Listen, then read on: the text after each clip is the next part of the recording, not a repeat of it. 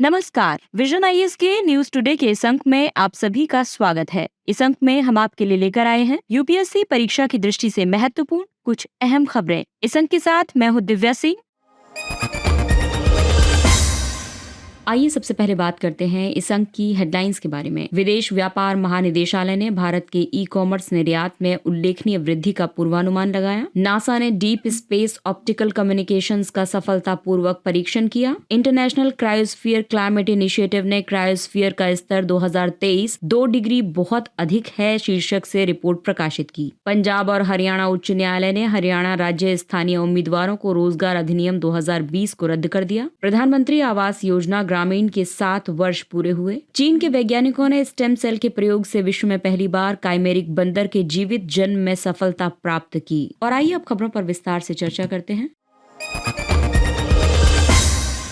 विदेश व्यापार महानिदेशालय डीजीएफटी ने भारत के ई कॉमर्स निर्यात में उल्लेखनीय वृद्धि का पूर्वानुमान लगाया है। ई कॉमर्स निर्यात व्यवसायों को अपनी वस्तुएं या सेवाएं दुनिया भर के ग्राहकों को सीधे बेचने में सक्षम बनाता है। ये व्यवसायों को राष्ट्रों की सीमाओं के पार और ग्राहकों के एक बहुत बड़े समूह तक पहुंच प्राप्त करने में मदद करता है। भारत के ई कॉमर्स निर्यात की वृद्धि को प्रेरित करने वाले कारक हैं। वैश्विक ई कॉमर्स निर्यात 2025 तक $2 ट्रिलियन तक पहुँचने का अनुमान है। उत्पाद विविधता, नवाचार और अनुकूल नीतिगत परिवेश ई कॉमर्स निर्यात को प्रोत्साहित कर रहे हैं। इसके अलावा भारतीय उद्यमियों में विशिष्ट बाजारों की आवश्यकताओं का आकलन करने और अनुकूलित उत्पादों की पेशकश करने की बेहतर क्षमता है। साथ ही लगभग 90% ई कॉमर्स निर्यातक छोटे और मध्यम आकार के व्यवसाय हैं। भारत के ई कॉमर्स निर्यात को बढ़ावा देने के लिए सरकार ने कई पहलें शुरू की हैं, जैसे कि विदेश व्यापार नीति 2023 के तहत कुरियर के माध्यम से निर्यात की मूल्य सीमा में वृद्धि की गई है। इसे 5 लाख रुपए से बढ़ाकर 10 लाख रुपए प्रति शिपमेंट कर दिया गया है। सरकार ने एक्सप्रेस कार्गो क्लियरेंस सिस्टम को लॉन्च किया है। इस सिस्टम के माध्यम से कुरियर पार्सल की आयात और निर्यात संबंधी मंजूरी को डिजिटलीकृत कर दिया गया है। देश में ई कॉमर्स निर्यात इकोसिस्टम को मजबूत करने के लिए इंडिया पोस्ट और शिप रॉकेट ने आपस में भागीदारी की है। इस भागीदारी का उद्देश्य इंडिया पोस्ट की व्यापक उपस्थिति का लाभ उठाकर ई कॉमर्स निर्यात को बढ़ाना है। शिप रॉकेट ई कॉमर्स के व्यापार को सक्षम बनाने वाला प्लेटफॉर्म है। कुरियर मोड के माध्यम से आभूषणों के ई कॉमर्स निर्यात को बढ़ावा देने के लिए विनियामकीय फ्रेमवर्क को सरलीकृत करने का प्रयास किया गया है। डीजीएफटी वाणिज्य और उद्योग मंत्रालय का एक संबद्ध कार्यालय है। ये विदेश व्यापार नीति को कार्यान्वित करने के लिए उत्तरदायी है। हालांकि ई कॉमर्स निर्यात से जुड़ी कई चुनौतियां भी हैं, जैसे कि ई कॉमर्स निर्यात के क्षेत्र में तीव्र गति से हो रहा डिजिटल परिवर्तन, सीमा शुल्क संबंधी जटिल प्रक्रिया, ई कॉमर्स निर्यात के लाभों के बारे में व्यवसायियों के बीच जागरूकता की कमी और बैंकिंग संबंधी मुद्दे जैसे कि सीमा पार से होने वाले भुगतानों में देरी।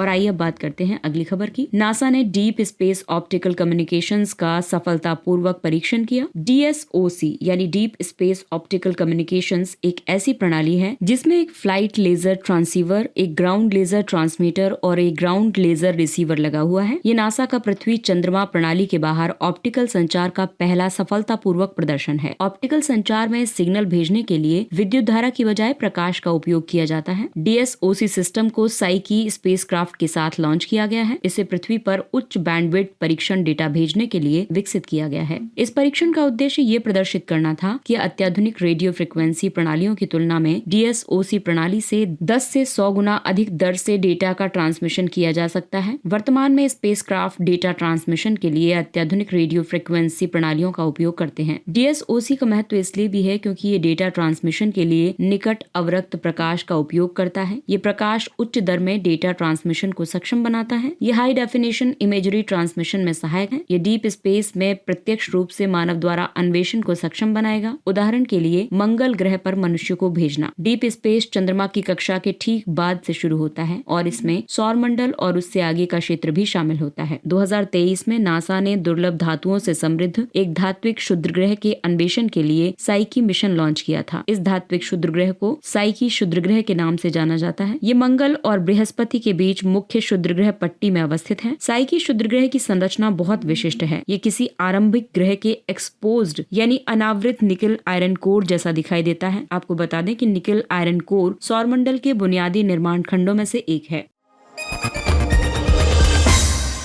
और आइए अब बात करते हैं अगली खबर की। इंटरनेशनल क्रायोस्फीयर क्लाइमेट इनिशिएटिव ने क्रायोस्फीयर का स्तर 2023 2 डिग्री बहुत ज्यादा है यानी 2 डिग्री इज टू हाई शीर्षक से रिपोर्ट प्रकाशित की है। इस रिपोर्ट के मुताबिक यदि तापमान में 2 डिग्री सेल्सियस तक की भी वृद्धि हुई तब भी लगभग सभी उष्णकटिबंधीय ग्लेशियर, अधिकतर मध्य अक्षांशीय ग्लेशियर और ध्रुवीय क्षेत्र लुप्त हो जाएंगे। यदि वैश्विक औसत तापमान में 2 डिग्री सेल्सियस तक की भी बढ़ोतरी होती है तो हिमालयी क्षेत्र में मौजूदा बर्फ का 50% हिस्सा पिघलने लगेगा। पिछले दशक में ध्रुवीय क्षेत्रों में बर्फ के पिघलने के 7 सबसे खराब वर्ष दर्ज किए गए थे। पृथ्वी पर जमे हुए जल जो कि बर्फ या हिम के रूप में है, इन सभी क्षेत्रों को मिलाकर क्रायोस्फीयर कहते हैं। इसके अंतर्गत भूमि पर बर्फ, हिम छत्रक, ग्लेशियर, परमाफ्रॉस्ट, समुद्री बर्फ आदि शामिल हैं। वैश्विक जलवायु में क्रायोस्फीयर की बहुत महत्वपूर्ण भूमिका है। ये पृथ्वी का ऊर्जा बजट निर्धारित करता है। उच्च एल्बिडो की वजह से क्रायोस्फीयर पृथ्वी के तापमान को नियंत्रित करने में मदद करता है। दरअसल एल्बिडो वो प्रकाश होता है जिसे पृथ्वी की सतह परावर्तित कर देती है, यानी कि वापस से अंतरिक्ष में भेज देती है। कार्बन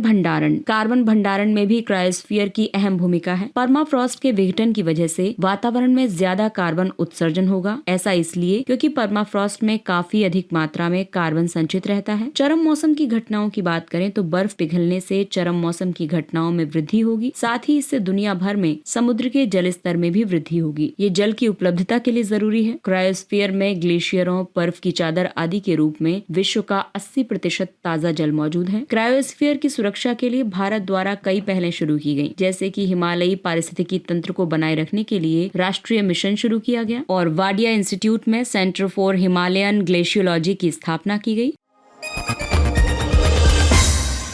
और आइए बात करते हैं अगली खबर की। ये राज्य से जुड़ी हुई है। पंजाब और हरियाणा उच्च न्यायालय ने हरियाणा राज्य स्थानीय उम्मीदवारों को रोजगार अधिनियम 2020 को रद्द कर दिया। उच्च न्यायालय ने इस अधिनियम को असंवैधानिक घोषित किया है। न्यायालय के मुताबिक ये अधिनियम भारत के संविधान के भाग 3 यानी मौलिक अधिकार का उल्लंघन करता है। कोर्ट ने अपने फैसले में ये भी कहा है कि ये अधिनियम संवैधानिक नैतिकता का भी उल्लंघन करता है। अब संवैधानिक नैतिकता का मतलब है संविधान के मौलिक सिद्धांतों का पालन। न्यायालय ने ये कहा है कि एक राज्य इस तथ्य के आधार पर बाहरी व्यक्तियों के साथ इस आधार पर भेदभाव नहीं कर सकता कि वे उस राज्य से संबंधित नहीं हैं। ये नकारात्मक भेदभाव है। आपको बता दें कि इस अधिनियम के तहत निजी क्षेत्र में 30,000 रुपए से कम मासिक वेतन वाली नौकरियों में हरियाणा के स्थानीय लोगों को 75% आरक्षण दिया गया था। आंध्र प्रदेश जैसे कुछ अन्य राज्यों ने भी इस तरह के कानून बनाए थे। निजी क्षेत्र में स्थानीय आरक्षण के पक्ष और विपक्ष में विद्वानों के कई तर्क हैं। पक्ष में तर्क ये है कि अधिवास प्रमाण पत्र यानी डोमिसाइल के आधार पर रोजगार संविधान के अनुच्छेद 15(1) का उल्लंघन नहीं करता, क्योंकि निवास स्थान और जन्म स्थान 2 अलग अलग अवधारणाएं हैं। ये राज्य में अधिक प्रवासियों के आने पर अंकुश लगाता है। अधिक प्रवासियों के आने से कम वेतन वाली नौकरियों की प्राप्ति में प्रतिस्पर्धा काफी बढ़ जाती है। स्थानीय कर्मचारी अपनी आय स्थानीय स्तर पर खर्च करते हैं और वे इसे राज्य के बाहर नहीं भेजते। इससे स्थानीय आर्थिक गतिविधियों को बढ़ावा मिलता है। वहीं अगर हम इसके विपक्ष में तर्क देखें तो ये कहना है कि संविधान के अनुच्छेद 14, 15 और 16 जो कि समता का अधिकार है तथा अनुच्छेद 19(1)(g) का उल्लंघन करता है। अनुच्छेद 19(1)(g) प्रत्येक नागरिक को कोई भी पेशा अपनाने या कोई भी कार्य, व्यापार या व्यवसाय करने का अधिकार प्रदान करता है। स्थानीय स्तर पर कुशल कार्यबल की कमी के कारण व्यावसायिक गतिविधियों का किसी अन्य जगह संचालन करना पड़ सकता है। अन्य राज्यों में भी भूमिपुत्र मानसिकता को बढ़ावा मिलता है। इस मानसिकता के अनुसार एक सीमित भौगोलिक क्षेत्र के समस्त संसाधनों पर सिर्फ और सिर्फ उन्हीं लोगों का अधिकार होना चाहिए जिनका जन्म उस क्षेत्र में हुआ है। और आइए अब बात करते हैं अगली खबर की। ये टॉपिक इकोनॉमिक्स से जुड़ा हुआ है और इकोनॉमिक्स में एक लास्ट में टॉपिक है रीसेंट डेवलपमेंट। तो अगर हम देखें तो प्रधानमंत्री आवास योजना ग्रामीण के 7 वर्ष पूरे हो चुके हैं। ये ग्रामीण विकास मंत्रालय के अधीन संचालित एक केंद्रीय क्षेत्र की योजना है। इसमें अवसंरचना का निर्माण एक तरह से किया जा रहा है और इस योजना को 2016 में शुरू किया गया था। योजना के तहत अब तक काफी उपलब्धियां अर्जित की गई हैं, जैसे कि इस योजना के तहत 2022 तक 2,95,00,000 पक्के मकानों के निर्माण का लक्ष्य रखा गया था। हालांकि अगस्त 2023 तक केवल 2,41,00,000 मकानों का निर्माण किया जा चुका है। योजना के अंतर्गत पिछले 4 वर्षों में लगभग 1.5 लाख करोड़ रुपए केंद्रीय सहायता के रूप में दिए गए हैं। इस योजना का उद्देश्य कच्चे और जीर्ण शीर्ण घरों में रहने वाले सभी आवासहीन परिवारों को 2024 तक बुनियादी सुविधाओं के साथ पक्का घर उपलब्ध कराना है। लाभार्थियों का निरीक्षण सामाजिक, आर्थिक, जातिगत जनगणना SEC के आधार पर किया जाता है। ये निर्धारण ग्राम सभाओं द्वारा सत्यापन के बाद किया जाता है। इसके तहत मैदानी क्षेत्रों के लिए 1,20,000 रुपए का अनुदान है। पहाड़ी राज्यों या पूर्वोत्तर राज्यों या दुर्गम क्षेत्रों या फिर जम्मू कश्मीर और लद्दाख केंद्र शासित प्रदेशों या एकीकृत कार्य योजना जिलों या फिर वामपंथी उग्रवाद से प्रभावित जिलों के लिए 1,30,000 रुपए का प्रावधान किया गया है। केंद्र और राज्य सरकारों के बीच लागत का बंटवारा होगा। योजना की लागत मैदानी क्षेत्रों में केंद्र और राज्य सरकारों के बीच 60 और 40 के अनुपात में साझा करती है। 2 पहाड़ी राज्यों जिसमें हिमाचल प्रदेश और उत्तराखंड शामिल हैं तथा केंद्र शासित प्रदेश जम्मू और कश्मीर के लिए वित्त पोषण 90 और 10 के अनुपात में होगा। अन्य केंद्र शासित प्रदेशों में केंद्र सरकार योजना का 100% वित्त पोषण करती है। इस योजना के लाभार्थियों को अन्य योजनाओं का लाभ देने का भी प्रावधान किया गया है, जैसे कि प्रधानमंत्री उज्ज्वला योजना के तहत LPG कनेक्शन प्रदान किए जाते हैं। इस योजना का कार्यान्वयन और निगरानी एक एंड-टू-एंड ई-गवर्नेंस मॉडल के माध्यम से की जा रही है।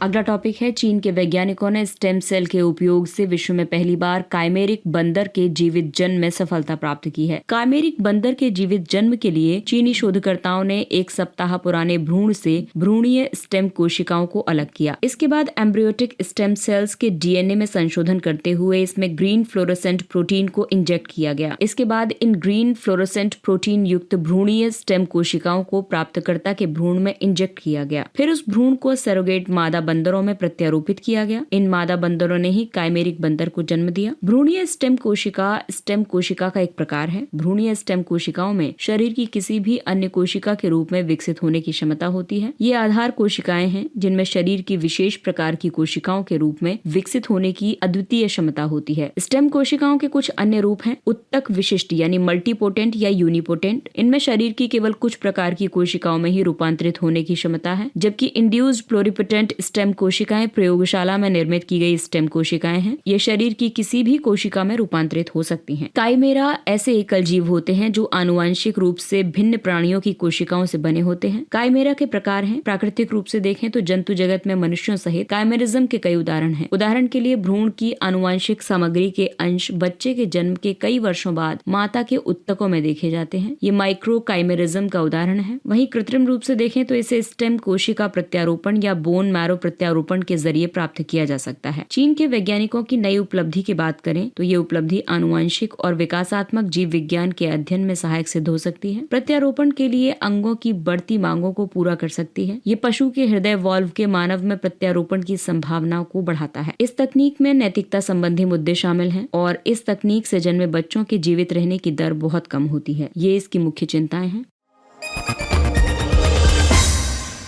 और आइए बात करते हैं कुछ अन्य महत्वपूर्ण सुर्खियों की। परियोजना सहयोग समझौता। आयुष मंत्रालय और विश्व स्वास्थ्य संगठन ने पारंपरिक और पूरक चिकित्सा से संबंधित परियोजना सहयोग समझौते पर हस्ताक्षर किए। ये WHO के साथ आयुष मंत्रालय द्वारा हस्ताक्षरित तीसरा परियोजना सहयोग समझौता है। इसका उद्देश्य पारंपरिक और पूरक चिकित्सा प्रणालियों का मानकीकरण करना है, उनके गुणवत्ता और सुरक्षा संबंधी पहलुओं को राष्ट्रीय स्वास्थ्य प्रणाली में एकीकृत करना है, इन्हें अंतर्राष्ट्रीय स्तर पर बढ़ावा देना है। WHO ने इसी वर्ष पहला पारंपरिक चिकित्सा वैश्विक शिखर सम्मेलन आयोजित किया था। ये भारत में G20 शिखर सम्मेलन के दौरान आयोजित हुआ था। सीबकथॉर्न। लद्दाख के सीबकथॉर्न फल को भौगोलिक संकेतक का टैग प्रदान किया गया है। ये लद्दाख का चौथा GI टैग प्राप्त उत्पाद है। अन्य 3 हैं रक्त से कारपो खुबानी, पश्मीना शॉल, लद्दाखी काष्ठ नक्काशी। सीबकथॉर्न के पौधे पूरे यूरोप और एशिया में पाए जाते हैं। भारत में ये हिमालयन क्षेत्र में ट्री लाइन के ऊपर पाए जाते हैं। आमतौर पर ये लद्दाख और स्पीति के शीत मरुस्थल जैसे शुष्क क्षेत्रों में मिलते हैं। GI टैग को वस्तुओं के भौगोलिक संकेतक पंजीकरण और संरक्षण अधिनियम 1999 द्वारा विनियमित किया जाता है। अगला टॉपिक है अनन्य आर्थिक क्षेत्र। ऑस्ट्रेलिया ने जापान के EEZ के पास अंतर्राष्ट्रीय जल क्षेत्र में चीनी युद्धपोत द्वारा लापरवाहीपूर्ण और गैर पेशेवर आचरण करने की शिकायत की। ये महासागर एक जल क्षेत्र होता है जो किसी देश के प्रादेशिक समुद्र क्षेत्र से अलग लेकिन उससे सटा हुआ क्षेत्र होता है। इसका विस्तार आधार रेखा से समुद्र की ओर 200 नॉटिकल मील तक होता है। इस जल क्षेत्र में तटीय राष्ट्र को सजीव और निर्जीव दोनों प्रकार के संसाधनों के उपयोग का अधिकार प्राप्त होता है। EEZ को 1982 के संयुक्त राष्ट्र समुद्री कानून अभिसमय के तहत परिभाषित किया गया है। समुद्री जल क्षेत्र की अगर हम बात करें तो इसे 3 कैटेगरी में डिवाइड किया जाता है। 12 नॉटिकल मील तक आधार रेखा से आंतरिक जल क्षेत्र कहा जाता है या प्रादेशिक समुद्री जल क्षेत्र कहा जाता है, और 24 नॉटिकल माइल से 200 नॉटिकल माइल तक खुला समुद्र होता है। आईटी हार्डवेयर के लिए पीएलआई 2.0 योजना। केंद्र सरकार ने आईटी हार्डवेयर के लिए उत्पादन से संबद्ध प्रोत्साहन 2.0 योजना के तहत 27 विनिर्माताओं को मंजूरी दी। इसका उद्देश्य घरेलू विनिर्माण को बढ़ावा देने और मूल्य श्रृंखला में बड़े पैमाने पर निवेश को आकर्षित करने के लिए वित्तीय प्रोत्साहन प्रदान करना है। इसके तहत भारत में निर्मित laptop, tablet, all in one PCs, server और ultra small form factor laptop के लिए प्रोत्साहन दिया जाएगा। पीएलआई योजना 2.0 के तहत आधार वर्ष पर निवल वृद्धिशील बिक्री पर लगभग 5% प्रोत्साहन दिया जाएगा। प्रोत्साहन की अवधि योजना अवधि से 6 वर्ष तक होगी। इसके तहत वैश्विक कंपनियां, हाइब्रिड कंपनियां और पात्रता मानदंड पूरा करने वाली घरेलू कंपनियां शामिल हैं।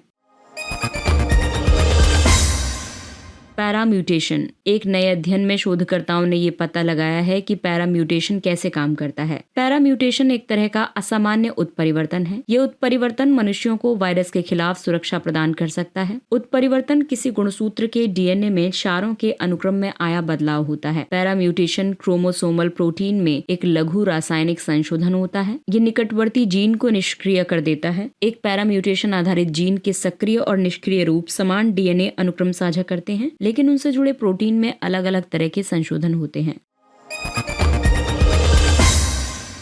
ग्लाइफोसेट। यूरोपीय संघ ने अगले 10 वर्षों के लिए ग्लाइफोसेट के उपयोग की मंजूरी दी है। ग्लाइफोसेट फॉस्फोनिक एसिड और गंधहीन सफेद पाउडर है। ये एक मुख्य खरपतवार नाशक है। ये गैर चयनात्मक प्रकृति का है, यानी कि फसल और खरपतवार दोनों को नष्ट करता है। ये मानव और पशु स्वास्थ्य दोनों को नुकसान पहुंचाता है। भारत में इसके सीमित रूप में उपयोग की अनुमति है। कीटनाशक अधिनियम 1968 के तहत उपयोग के लिए ग्लाइफोसेट आधारित कई फॉर्मुलेशन पंजीकृत हैं। सामुदायिक रिजर्व। विशेषज्ञों के अनुसार कडलुंडी नदी का पंक मैदान पारिस्थितिकी तंत्र से कुड़ रहा है। इसका प्रभाव कडलुंडी वल्लीकुन्नू सामुदायिक रिजर्व पर पड़ रहा है। ये केरल में अवस्थित है। ये भारत का पहला रिवर फ्रंट सामुदायिक रिजर्व है। सामुदायिक रिजर्व एक प्रकार का संरक्षित क्षेत्र होता है। इस संरक्षित श्रेणी को पहली बार वन्यजीव संरक्षण संशोधन अधिनियम 2002 के जरिए प्रस्तुत किया गया था। सामुदायिक रिजर्व अधिसूचित राष्ट्रीय उद्यानों, वन्यजीव अभ्यारण्यों तथा आरक्षित और संरक्षित वनों के लिए बफर जोन या गलियारे के रूप में कार्य करते हैं। ऐसे क्षेत्र कंजर्वेशन एरिया घोषित किए जा सकते हैं यदि वे निर्जन और पूरी तरह से सरकार के स्वामित्व में हैं।